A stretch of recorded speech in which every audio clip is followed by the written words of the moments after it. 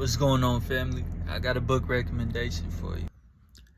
Now bear with me, cause I just finished driving 12, nah, probably 12 hours in total. I hit the gym today. I hit my macros, and I had some trouble parking, so I'm in like the ghetto of Denver, and I'm not even in like a Love's or anything. So it's ratchet out here.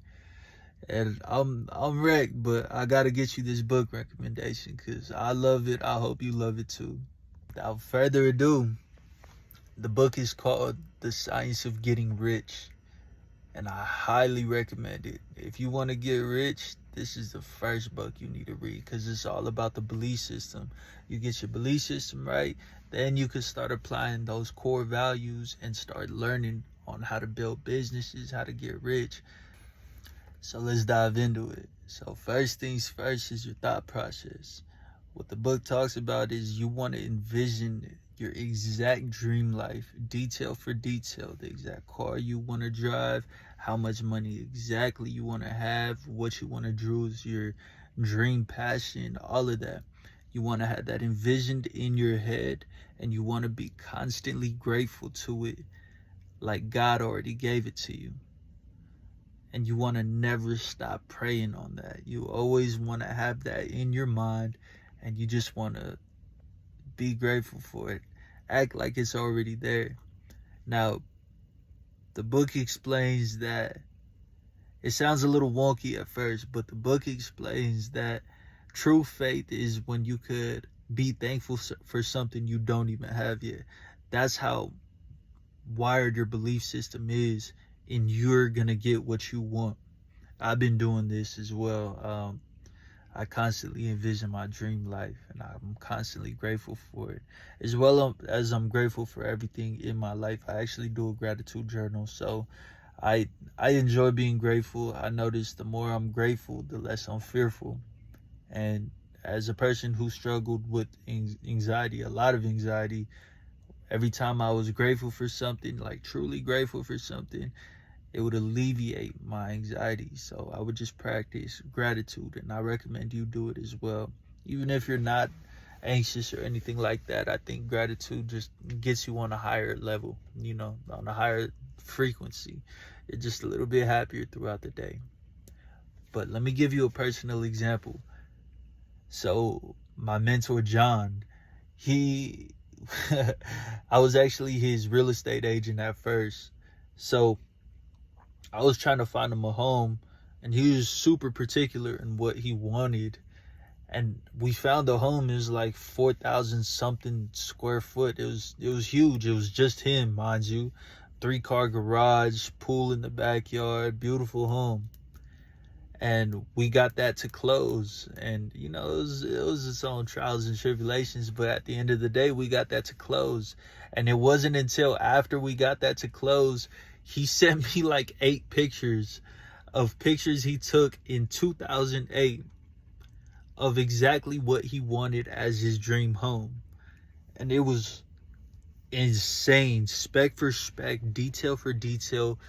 He showed me exactly what he brought into fruition. And I just looked at him like, what? He did that shit. Like, he really did that shit. Keep in mind, John, he grew up an orphan, man. Both his parents died in a car accident when he was like 6, so he was hopping around in foster homes. And he wanted to get rich. He started a pest control business, and that shit took off. He started a couple nightclubs as well. He was whipping in all the fancy stuff in the Ferraris, always getting that bottle service at the clubs, always getting them VIP booths. He's living it up, man. I look up to him for that, and I thought he was a prime example of what I wanted to be in that sense. So I look up to him for that, and I started doing the exact same. I go on Zillow, I look at my dream house, I start screenshotting everything, and I'm gonna get it going. I have a whole vision board at home.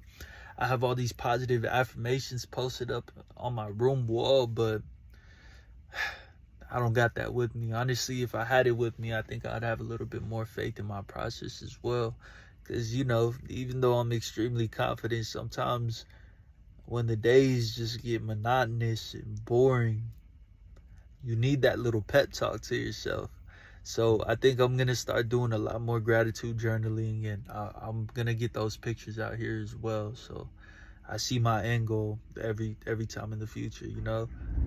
This is a part of the 7 Habits, actually. This is why I like books so much. I like when, first I'll listen to all the winners, all the people that, like, all right, they did something special, or a lot of the winners recommend a certain book. I like when topics repeat themselves in multiple books.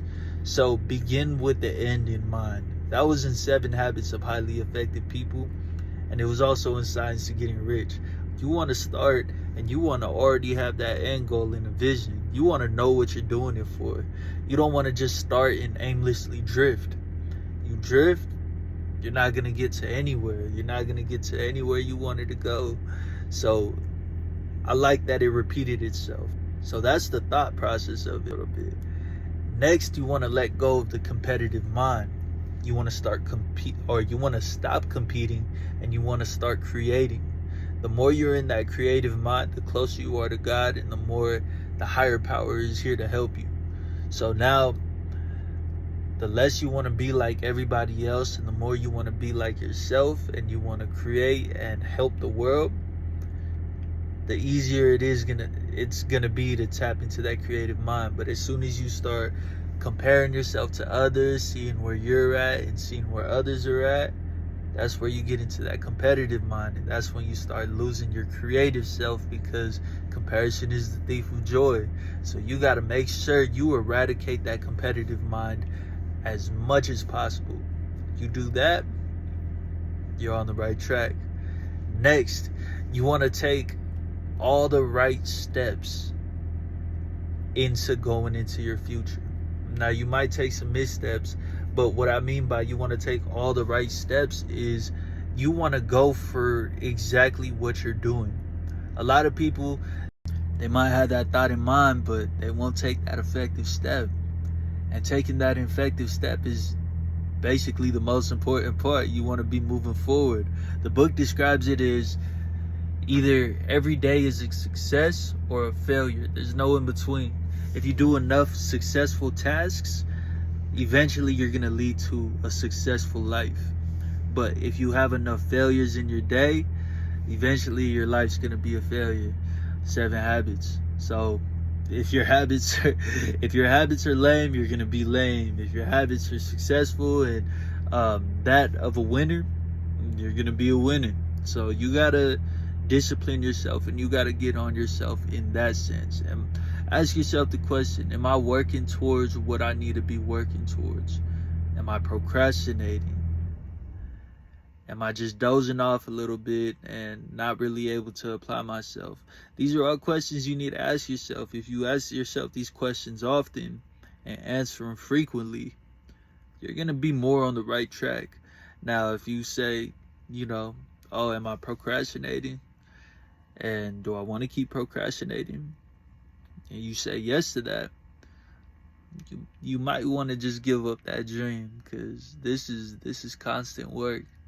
I think every millionaire, billionaire that's really made it was relentless. Another topic was you must give more than you get, in the sense of the value I give you is greater than the cash value you give me. So whatever service you provide or product you provide, you got to make that top tier.